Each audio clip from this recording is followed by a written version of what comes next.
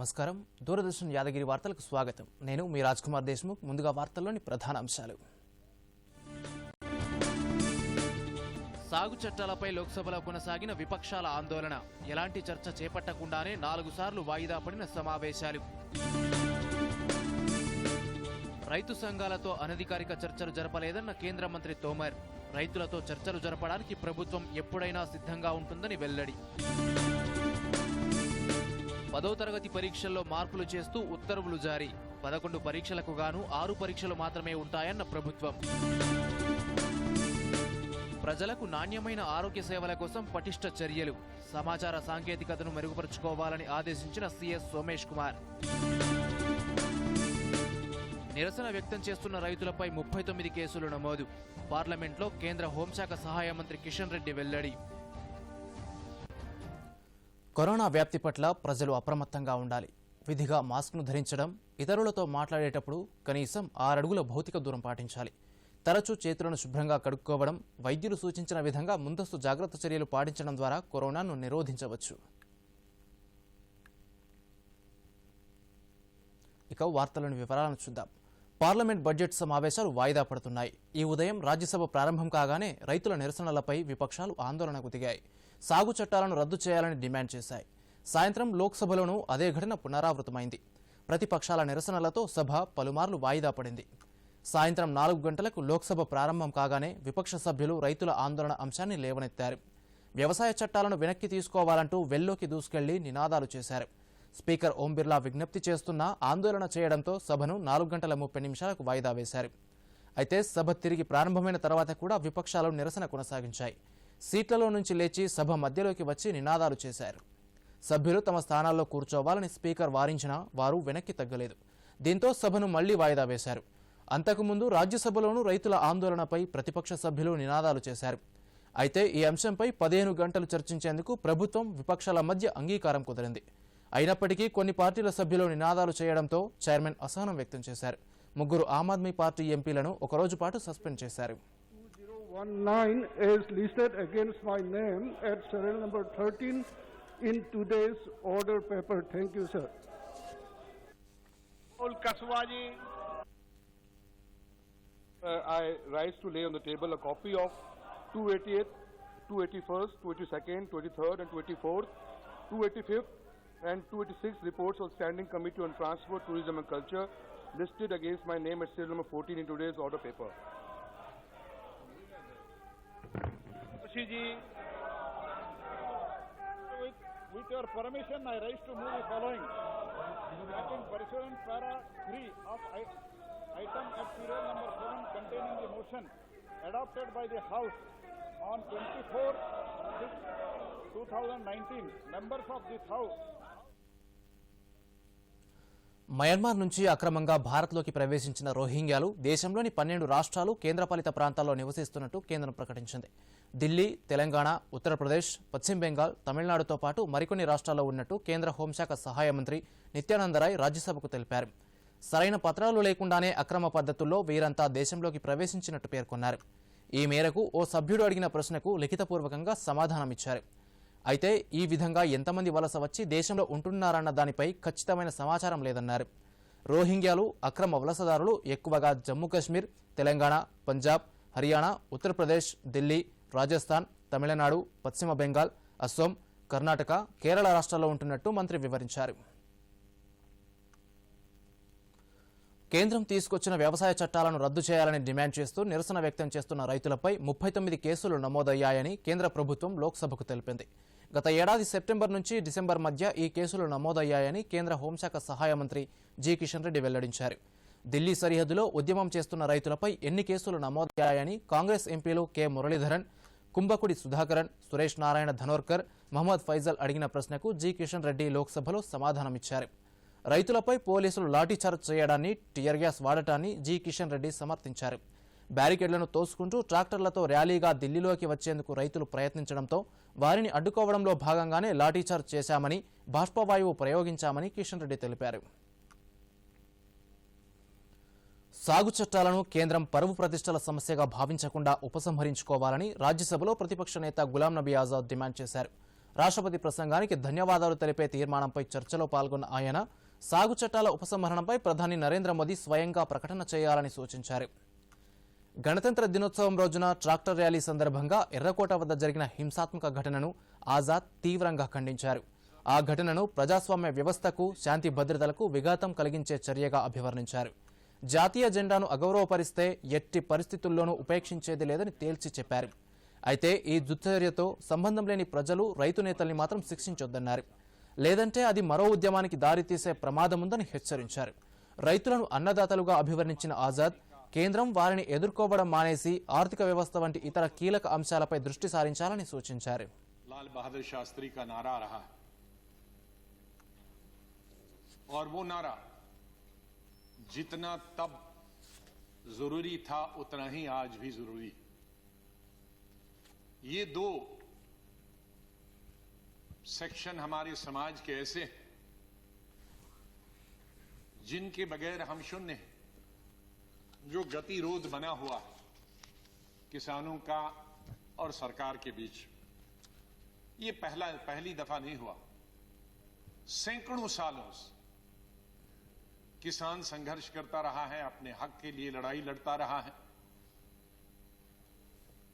कभी फ्यूडलिज्म के खिलाफ ये लड़ रहे, जमींदारी के खिलाफ लड़ रहे और कभी सरकार के.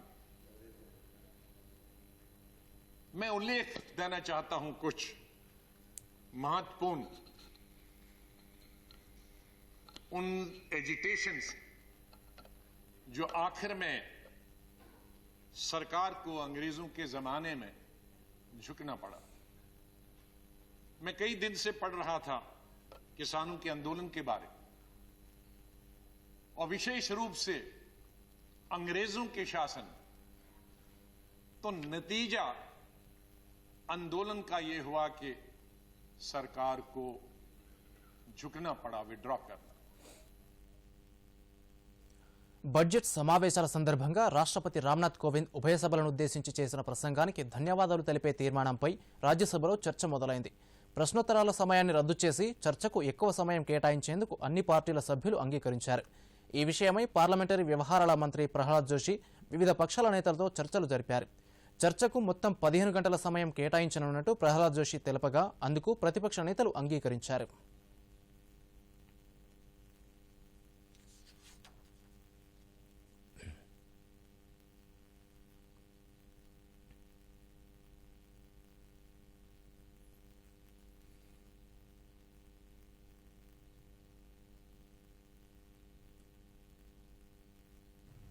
More time should be given to the discussion on postponed motion, and if kindly chair can agree, we have arrived with a consensus after speaking to the leader of opposition and arrived at a consensus with the other leaders.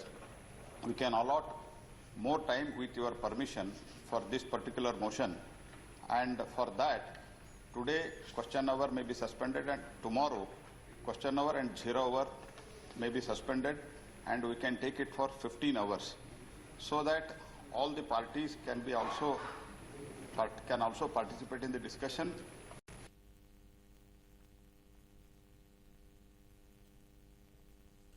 రాజ్యసభలో ఉన్నప్పుడు mobile phones వాడరాదంటూ సభ్యులకు chairman M Venkaiah Naidu ఆదేశించారు. సభ జరుగుతున్న సమయంలో కొంతమంది సభ్యులు mobiles వాడటమే కాకుండా సభా కార్యకలాపాలను కూడా వీడియోలు తీస్తున్నారని ఆగ్రహం వ్యక్తం చేశారు. ఉన్నతమైన రాజ్యసభ ఛాంబర్లో కూర్చొని కూడా సభ్యులు ఇలా వీడియోలు తీయడం పార్లమెంట్ నిబంధనలకు విరుద్ధమని అన్నారు. సభా హక్కుల ఉల్లంఘన కింద నిబంధనలు పాటించని వారిపై చర్యలు తీసుకునే అవకాశం ఉందని వెంకయ్య నాయుడు హెచ్చరించారు. సాగు చట్టాలకు వ్యతిరేకంగా ఢిల్లీ సరిహద్దుల్లో ఆందోళన చేస్తున్న రైతులతో ఎటువంటి అనధికారిక చర్చలు జరపలేదని కేంద్ర వ్యవసాయ శాఖ మంత్రి నరేంద్ర సింగ్ తోమర్ స్పష్టం చేశారు. భారీగా బ్యారికేడ్లను ఏర్పాటు చేయడం, ఆందోళన ప్రాంతాల్లో అంతర్జాల సేవలు నిలిపివేయడం, శాంతి భద్రతలు స్థానిక పాలనా యంత్రాంగానికి సంబంధించిన అంశాలని పేర్కొన్నారు. రైతులతో చర్చలు జరపడానికి ప్రభుత్వం ఎప్పుడైనా సిద్ధంగా ఉంటుందని ఒక వార్తా సంస్థకి ఇచ్చిన ఇంటర్వ్యూలో కేంద్ర మంత్రి తెలిపారు. గతంలో కేంద్రానికి రైతులకు మధ్య 11 సార్లు చర్చలు జరిగినప్పటికీ ఫలితం లేకపోయిందని వివరించారు. రైతుల సమస్యలపై పార్లమెంట్లో చర్చ జరపడానికి కూడా కేంద్రం సిద్ధంగా ఉందన్నారు. एक समय था जब तकनीक नहीं थी, वेस्ट का बहुत उपयोग नहीं था, लेकिन उस समय ग्रामीण जनजीवन को देखेंगे तो ध्यान में आएगा कि कुछ भी वेस्ट नहीं था। मैं गांव का रहने वाला हूं, शायद 1 किलो गोबर भी व्यर्थ नहीं जाता होगा, चाहे उसका कंडों के लिए उपयोग हो, चाहे उसका खाद के लिए उपयोग हो। लेकिन ऐसा एक ताना वाना बना हुआ था जिसके कारण हम ये कह सकते हैं कि पुरातन कालीन हमारी पद्धति में भी वेस्ट कुछ नहीं था, हर चीज का उपयोग सुनिश्चित था। और उस समय गांव में लोगों को, जो लोग नहीं रहे होंगे उनको लगता होगा कि गंदगी ज्यादा है, लेकिन मैं अपने अनुभव के आधार पर यह कह सकता हूं कि उस कालखंड में भी शहरों से अधिक स्वच्छता ग्रामीण क्षेत्रों में दृष्टिगत होती थी। लेकिन जब ये सब परिस्थिति हम सबके समक्ष खड़ी हुई तो सरकारों ने इस दिशा में कदम बढ़ाए, सामाजिक क्रांति भी हुई। और मुझे इस बात की प्रसन्नता है कि जब प्रधानमंत्री नरेंद्र मोदी जी ने कार्यभार संभाला तो उन्होंने इस कार्य को प्राथमिकता प्रदान की। स्वच्छ भारत मिशन ग्रामीण और शहरी, ऐसे 2 मिशन आरंभ उनके नेतृत्व में किए गए।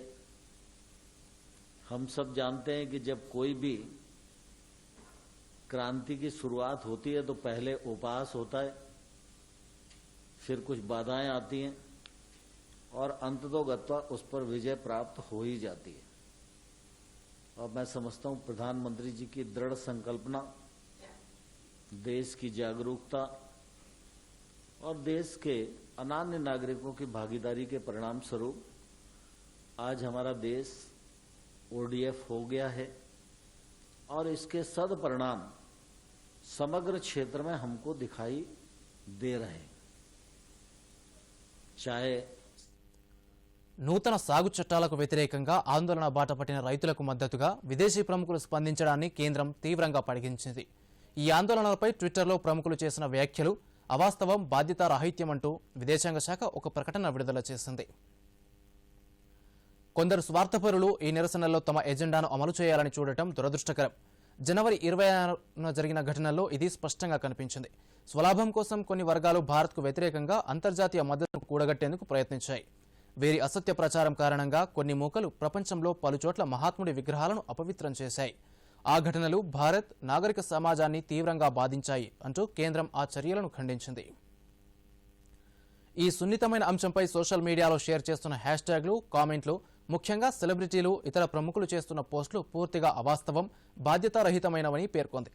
దేశంలోని అతి కొద్ది మంది రైతులకు మాత్రమే ఈ వ్యవసాయ సంస్కరణ విషయంలో కొంత అసంతృప్తి ఉందని తెలియజేసింది. ఈ ఆందోళనలను భారత ప్రజాస్వామ్య నీతి, రాజకీయ నేపథ్యంలోనే చూడాలని కోరుకుంటున్నాం. ప్రతిష్టంభనను పరిష్కరించుకునేందుకు కేంద్రం, రైతు సంఘాలు ప్రయత్నిస్తున్నాయి అని ఆ ప్రకటనలో స్పష్టం చేసింది. ప్రధానమంత్రి నరేంద్ర మోదీ ఈ నెల 7వ తేదీన పశ్చిమ బెంగాల్లోని హల్దియాలో జరిగే ఓ కార్యక్రమంలో పాల్గొని చమురు, గ్యాస్, రోడ్ సెక్టార్లోని ప్రధానమైన 3 ప్రాజెక్టులను జాతికి అంకితం చేయనున్నారు. గవర్నర్ జగదీప్ ధన్కర్, ముఖ్యమంత్రి మమతా బెనర్జీ, ఇతర ప్రముఖులు ఈ కార్యక్రమంలో పాల్గొంటారు. ప్రధాని నరేంద్ర మోదీ 340 కిలోమీటర్ల పొడవైన ధోబీ దుర్గాపూర్ సహజవాయు పైప్ లైన్ను జాతికి అంకితం చేస్తారు. దీనిని 2433 కోట్లతో గెయిల్ నిర్మించింది. ప్రధానమంత్రి ఊర్జా గంగా ప్రాజెక్టు కింద దీనిని నిర్మాణం చేపట్టారు.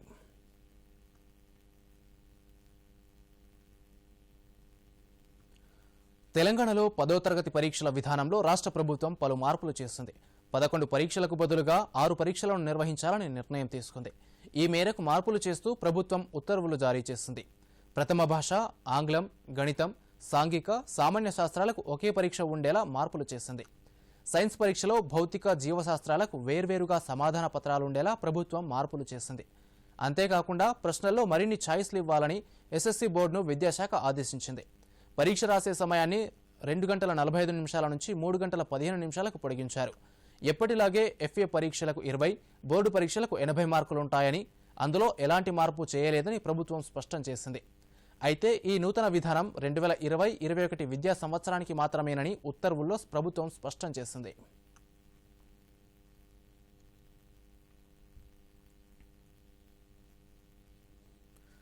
కామారెడ్డి జిల్లా బాన్స్వాడ పట్టణ సరిహద్దులోని చింతల నాగారం మంజీరా నదిపై 16 కోట్ల రూపాయలతో నిర్మించనున్న చెక్ డ్యాంకు శాసనసభ స్పీకర్ పోచారం శ్రీనివాసరెడ్డి, రోడ్లు భవనాల శాఖ మంత్రి వేముల ప్రశాంత్ రెడ్డితో కలిసి శంకుస్థాపన చేశారు.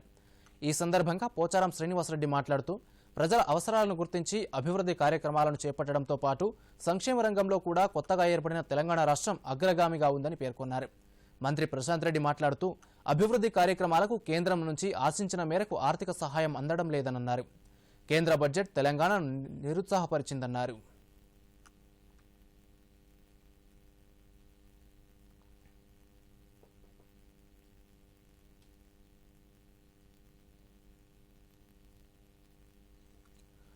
పప్పు ధాన్యాలకు ప్రాధాన్యత పెరగాలని వ్యవసాయ శాఖ మంత్రి సింగిరెడ్డి నిరంజన్ రెడ్డి అన్నారు. హైదరాబాద్లోని మంత్రుల నివాసంలో వరల్డ్ పల్సెస్ డే గోడపత్రికను మంత్రి ఆవిష్కరించారు. ఈ సందర్భంగా మంత్రి మాట్లాడుతూ ప్రపంచంలో అత్యధికంగా పప్పు ధాన్యాలు మన దేశంలోనే పండుతాయని అన్నారు. పప్పు ధాన్యాల ప్రాధాన్యతను గుర్తించిన తెలంగాణ ప్రభుత్వం ఈ ఏడాది 10 లక్షల ఎకరాల్లో కంది సాగును ప్రోత్సహించిందన్నారు. రాష్ట్ర నేలలు, వాతావరణ పరిస్థితులు పప్పు ధాన్యాల సాగుకు అనుకూలమన్నారు. రైతులు కందితో పాటు పప్పుశనగ, పెసర, మినుము తదితర పంటలు మరింతగా సాగు చేసి ఉత్పాదకతను పెంచాలని సూచించారు. ప్రజలకు నాణ్యమైన ఆరోగ్య సేవలు అందించడానికి ఇన్ఫర్మేషన్ టెక్నాలజీని వినియోగించడానికి చర్యలు తీసుకోవాలని ప్రభుత్వ ప్రధాన కార్యదర్శి సోమేష్ కుమార్ అధికారులను ఆదేశించారు. ఆరోగ్య శాఖలో ఇన్ఫర్మేషన్ టెక్నాలజీ ఇనిషియేటివ్స్ అమలుపై అధికారులతో సమీక్ష నిర్వహించారు. ఈ సందర్భంగా వైద్య ఆరోగ్య శాఖ అధికారులను పలు ఆదేశాలు జారీ చేశారు. ఆరోగ్య శాఖ ద్వారా రూపొందించిన అప్లికేషన్లు వినియోగించడానికి సులభంగా ఉండాలని సూచించారు. సామర్థ్యాన్ని మెరుగుపరచడంతో పాటు సర్వీస్ డెలివరీని కూడా ప్రభావితం చేసేటట్లు ఉండాలని సూచించారు. ఆరోగ్య శాఖ పరిధిలోని విభాగాధిపతులు నిర్వహించే రెగ్యులేటరీ విధులను నిర్ణీత సమయంలోగా సమీక్షించి సమగ్ర నివేదికలు రూపొందించాలని ఆదేశించారు. కోవిడ్ పరిస్థితుల నుంచి పరిశ్రమలన్నీ కోలుకుంటున్న నేపథ్యంలో సింగరేణి బొగ్గుకు సాధారణ స్థాయి డిమాండ్ వస్తోందని సీఎండీ శ్రీధర్ అన్నారు. హైదరాబాద్ సింగరేణి భవన్ నుంచి డైరెక్టర్లు అన్ని ప్రాంతాల జీఎంలతో దృశ్య మాధ్యమ సమీక్ష నిర్వహించారు. ఫిబ్రవరిలో రోజుకు 1.95 లక్షల టన్నులు, మార్చిలో 2 లక్షల టన్నులు రవాణా జరపడానికి సంసిద్ధం కావాలని సూచించారు. అలాగే ఫిబ్రవరిలో 13.70 లక్షల క్యూబిక్ మీటర్లు, మార్చిలో 14 లక్షల అదనపు భారం తొలగింపు లక్ష్యంగా పెట్టుకుని ముందుకు పోవాలన్నారు. వచ్చే జూలై నుంచి వర్షాలు పడే అవకాశం ఉన్నందున 2020-21 ఆర్థిక సంవత్సరంలో ఏప్రిల్, మేలో దూకుడుగా ఉత్పత్తి సాధించాలని ఆదేశించారు. 2021-22 నాటికి 4 కొత్త ఓపెన్ కాస్ట్ గనుల నుంచి బొగ్గు ఉత్పత్తి ప్రారంభమవుతాయని సీఎండీ తెలిపారు.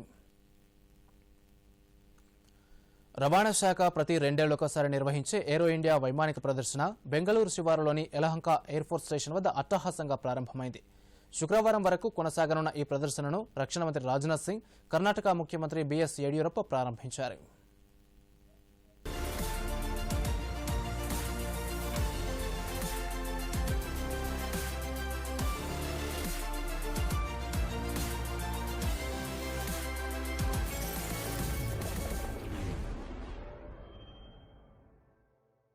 భారత రక్షణ రంగంలో సాధించిన ప్రగతిని ప్రపంచ దేశాలకు చాటి చెబుతూ పలు రక్షణ వ్యవస్థల అభివృద్ధి, తయారీలో విదేశీ సంస్థలతో భాగస్వామ్యం ఏర్పాటు చేసుకునేందుకు వేదికగా ఏరో ఇండియా వైమానిక ప్రదర్శన తోడ్పడుతుంది. ఈ ప్రదర్శనలో పాల్గొనేందుకు పలు దేశాలు ఆసక్తి కనబరుస్తాయి. ఈ నేపథ్యంలో ఈ ఉదయం ప్రారంభమైన ఏరో ఇండియా 2021 ప్రదర్శనను 80 విదేశీ సంస్థలు, రక్షణ మంత్రులు, 500 మందికి పైగా ఎగ్జిబిటర్లు పాల్గొంటున్నారు. కోవిడ్ మహమ్మారి నేపథ్యంలో తొలిసారిగా హైబ్రిడ్ పద్ధతిలో జరుగుతున్న ఈ ప్రదర్శనలో వైమానిక ప్రదర్శనలు, సదస్సులు, సమావేశాలతో పాటు వాణిజ్య ఒప్పందాలు జరుగుతాయి. ఈ సందర్భంగా రక్షణ మంత్రి రాజ్నాథ్ సింగ్ మాట్లాడుతూ రక్షణ, ఏరోస్పేస్ రంగాల్లో ఉన్న అపార అవకాశాలను ప్రదర్శించేందుకు ఏరో ఇండియా ప్రదర్శన తోడ్పడుతుందని అన్నారు. రానున్న రోజుల్లో ఆత్మనిర్భర్ భారత్ కింద సంక్లిష్ట రక్షణ వ్యవస్థ తయారీకి భారత్ ప్రాధాన్యమిస్తుందని తెలిపారు. వచ్చే 7-8 సంవత్సరాలలో మిలిటరీ ఆధునీకరణకు $130 బిలియన్ ఖర్చు చేయాలని భావిస్తున్నట్లు తెలిపారు.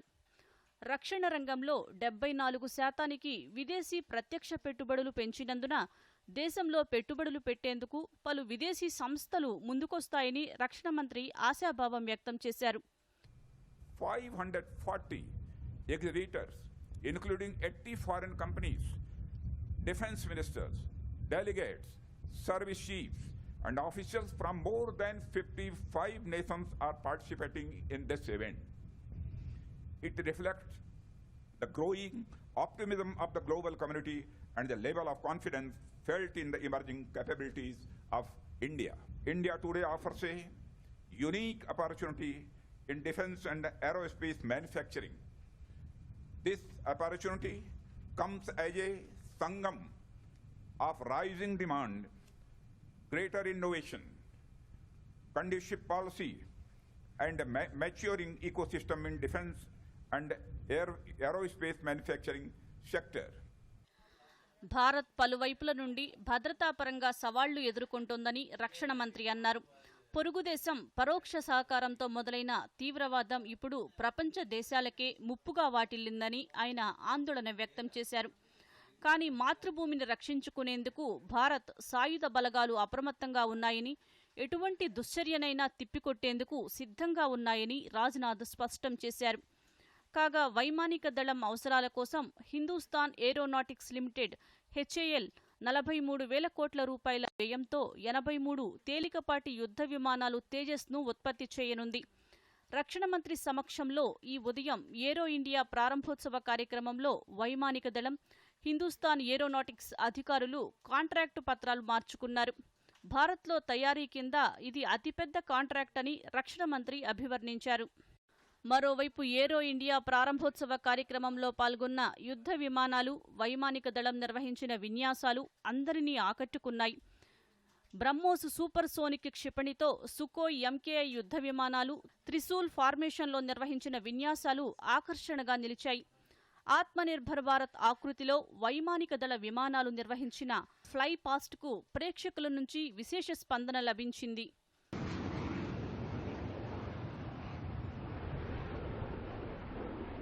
And their ship pulls up, piercing into the blue skies.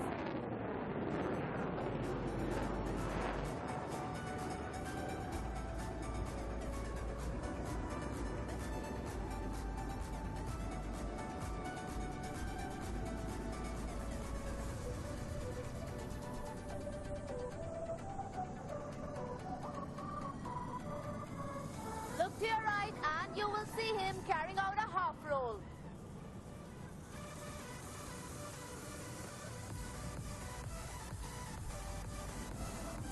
Now Dolly is positioning her for the next maneuver. Brace yourself for a hesitation roll. Look to your right as she accelerates and carry out a 4-point roll and stops each time over. 1, 2, 3, and 4. Not stopping to enthrall you all, she pulls up again to execute a vertical pitch back. Watch her curves as she goes up into the lovely skies of Bengaluru. And there she dives down like a beast to pick up the enemy. Dolly is now building up potential for a hard turn. And there you can see the pilot turning the aircraft to the left at maximum possible rate. This capability helps the pilot to quickly acquire the enemy during a combat, thanks to the excellent digital fly-by-wire system, which allows the pilot to maneuver in this fashion. Dolly is now positioning for the next maneuver called the Red Eye Turn. Bureau Report, Doordarshan News. రక్తదానం ప్రాణదానంతో సమానమంటారు. దానిని ఆచరణతో సాధ్యం చేస్తున్న మహిళా శిరోమణి హైదరాబాద్ అమీర్పేటకు చెందిన స్వపనికా రేహా foundation. Cancer బాధితుల కోసం 2015లో ఈ ఫౌండేషన్ను మహాలక్ష్మి అనే మహిళ స్థాపించారు. ఇప్పటి వరకు తమ ఫౌండేషన్ తరపున దాదాపు 12,000 మందికి పైగా రక్తదానాలు చేశామని దూరదర్శన్తో చెప్పారు. రక్తదానం మహాదానం. అయితే రక్తదానంపై అందరికీ పూర్తి స్థాయిలో అవగాహన లేకపోవడం తదితర ఇబ్బందులతో రక్తనిధి కేంద్రాల్లో రక్త నిల్వలు నిండుకుంటున్నాయి. కరోనా నేపథ్యంలో ఈ సమస్య మరింత తీవ్రతరమైంది. ఈ తరహా సమస్యలను తమ వంతుగా పరిష్కరించే దిశగా ఓ వాట్సాప్ బృందం పనిచేస్తోంది.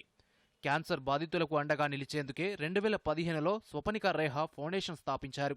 ఫౌండర్ మహాలక్ష్మి మాట్లాడుతూ క్యాన్సర్ బాధితులకు రక్తదానం చేస్తున్నామని, ఈ ప్రయాణంలో వైద్యులు పరిచయం కావడంతో వారి సహకారంతో ప్రజలకు అవసరమైన ఆరోగ్య చిట్కాలు, అనారోగ్య సమస్యలను అధిగమించేందుకు వాట్సాప్ గ్రూప్ కూడా ప్రారంభించామన్నారు. ఇందులో వైద్యులు, సామాజిక కార్యకర్తలు సభ్యులుగా చేరారు. స్వప్నిక రేఖ ఫౌండేషన్ ఫౌండర్ని. ముఖ్యంగా మేము వాట్సాప్ గ్రూప్లో ఈ బ్లడ్ డొనేషన్ అనేది ఎందుకు స్టార్ట్ చేశాము అంటే, మా మామగారు క్యాన్సర్తో సఫర్ అయ్యేటప్పుడు ఆయనకి కీమోస్ అవి ఇచ్చినప్పుడు ప్లేట్లెట్స్ కౌంట్ తగ్గిపోతూ ఉండేది. ఆ ప్లేట్లెట్స్ డౌన్ అయినప్పుడు ఇమీడియట్గా ఆయనకి ప్లేట్లెట్స్ ఇవ్వాల్సి వచ్చేది, ఎక్కించాల్సి వచ్చేది. ఆ వచ్చినప్పుడు ఏంటంటే మాకు లైవ్ డోనర్స్ ఎవరు దొరికేవారు కాదు. నెక్స్ట్ మా నాన్నగారికి బ్రెయిన్ హెమరేజ్ అయింది, మిడ్ నైట్ సర్జరీ చేయాల్సి వచ్చింది. ఎవరికి చెప్పినా కూడా ఎక్కడ మాకు బ్లడ్ అరేంజ్. ఆ టైంలో నేను రియలైజ్ అయ్యాను, మా గ్రూప్లో ఈ బ్లడ్ డొనేషన్ని కూడా మేము చేర్చడం జరిగిందనమాట. ఇప్పుడు మాకు చాలా మంది రెస్పాండ్ అయ్యి బ్లడ్ డొనేట్ చేస్తున్నారు. ఇప్పుడు మేము వేల మందికి మేము హెల్ప్ చేయగలుగుతున్నాము. ఇది బ్లడ్ ఇంపార్టెన్స్ ప్రతి ఒక్కళ్ళు తెలుసుకోవాలి. తెలుసుకుని దీనిపైన అవేర్నెస్ ఎక్కువ రావాలి. ఎస్పెషల్లీ తలసేమియాతో సఫర్ అయ్యే పిల్లలు కానీ, బ్లడ్ క్యాన్సర్తో సఫర్ అయ్యే వాళ్ళు కానీ, కీమోస్ ఇచ్చేటప్పుడు కానీ, ప్రెగ్నెంట్ లేడీస్, ఇలా చెప్పుకుంటూ పోతే చాలా ఉంటాయి. ప్రతి ఒక్కళ్ళు దీని గురించి, దీని ఇంపార్టెన్స్, బ్లడ్ డొనేషన్ యొక్క ఇంపార్టెన్స్ని తెలుసుకుని ప్రతి ఒక్కళ్ళు దీన్ని బ్లడ్ డొనేట్ చేయడానికి ముందుకు రావాలి అని కోరుకుంటున్నాను. తమ వంతు సహాయంగా రక్తదాన కార్యక్రమంలో పాల్గొనడం చాలా సంతోషంగా ఉందని దాతలు చెబుతున్నారు. नमस्कार, मेरा नाम साईनाथ पाटिल है। मैं स्वप्निका रेखा इस फाउंडेशन के तरफ से मैंने आज तक कम से कम 9-10 बार रक्तदान किया है। आप सभी भी कर सकते हैं। महालक्ष्मी मैम के इंस्पिरेशन से मैं पिछले 6-7 साल से मैं उनसे जुड़ा हुआ हूँ। थैलेसीमिया के लिए, कैंसर पेशेंट्स के लिए हम हर बार रक्तदान करते ही रहते हैं। हर साल 3 बार तो कम से कम करता हूँ। आपको भी करना चाहिए, क्योंकि रक्त किसी फैक्ट्री में नहीं बनता है, आप ही के शरीर में बन रहा है, तो आप ही को देना पड़ेगा। और थैलेसीमिया पेशेंट, थैलेसीमिया इन बच्चों के लिए तो कंपलसरी आपको आगे आना ही है। హాయ్ అండి, నా పేరు శ్రీరామ్. నేను బీటెక్ మెకానికల్ చదివాను. ప్రజెంట్ నేను ఇక్కడ సోమాజిగూడ జాబ్ చేస్తున్నాను. ఇప్పుడు నేను 14వ బ్లడ్ డొనేట్ చేస్తున్నాను. ప్రతి 3 మంత్స్కి ఒకసారి నేను బ్లడ్ ఇస్తూ ఉంటాను. అదే కాక ఆంధ్ర, తెలంగాణలో ఎవరికైనా బ్లడ్ కావాలన్నా నేను బ్లడ్ సర్వీస్ చేసి ప్రతి డిస్ట్రిక్ట్లో మెంబర్స్ ఉన్నారు, నేను అరేంజ్ చేస్తూ ఉంటాను. మన స్వప్నిక రేఖ ఫౌండేషన్ ద్వారా వచ్చిన రిక్వైర్మెంట్స్ నేను చూస్తూ ఉంటాను. ఇలా ప్రతి ఒక్కళ్ళు ముందుకు వచ్చి బ్లడ్ ఇవ్వాలని మనస్ఫూర్తిగా నేను కోరుకుంటున్నాను. Bureau report, Doordarshan news. ఇక వార్తలు ముగించే ముందు ముఖ్యాంశాలు మరోసారి. దూరదర్శన్ యాదగిరి వార్తలను ఇప్పుడు సోషల్ మీడియాలో కూడా చూడవచ్చు. యూట్యూబ్ అయితే డీడీ న్యూస్ తెలంగాణ, ట్విట్టర్ వేదిక అయితే DD news Telangana @DD Yadagiri news, మరి ఫేస్బుక్లో అయితే డీడీ న్యూస్ తెలంగాణలో చూసి సబ్స్క్రైబ్ చేసి లైక్ చేయండి, షేర్ చేయండి. సాగు చట్టాలపై లోక్సభలో కొనసాగిన విపక్షాల ఆందోళన. ఎలాంటి చర్చ చేపట్టకుండానే 4 సార్లు వాయిదా పడిన సమావేశాలు. రైతు సంఘాలతో అనధికారిక చర్చలు జరపలేదన్న కేంద్ర మంత్రి తోమర్. రైతులతో చర్చలు జరపడానికి ప్రభుత్వం ఎప్పుడైనా సిద్ధంగా ఉంటుందని వెల్లడి. 10వ తరగతి పరీక్షల్లో మార్పులు చేస్తూ ఉత్తర్వులు జారీ. 11 పరీక్షలకు గాను 6 పరీక్షలు మాత్రమే ఉంటాయన్న ప్రభుత్వం. ప్రజలకు నాణ్యమైన ఆరోగ్య సేవల కోసం పటిష్ట చర్యలు. సమాచార సాంకేతికతను మెరుగుపరుచుకోవాలని ఆదేశించిన సీఎస్ సోమేష్ కుమార్. నిరసన వ్యక్తం చేస్తున్న రైతులపై 39 కేసులు నమోదు. పార్లమెంట్లో కేంద్ర హోంశాఖ సహాయ మంత్రి కిషన్ రెడ్డి వెల్లడి.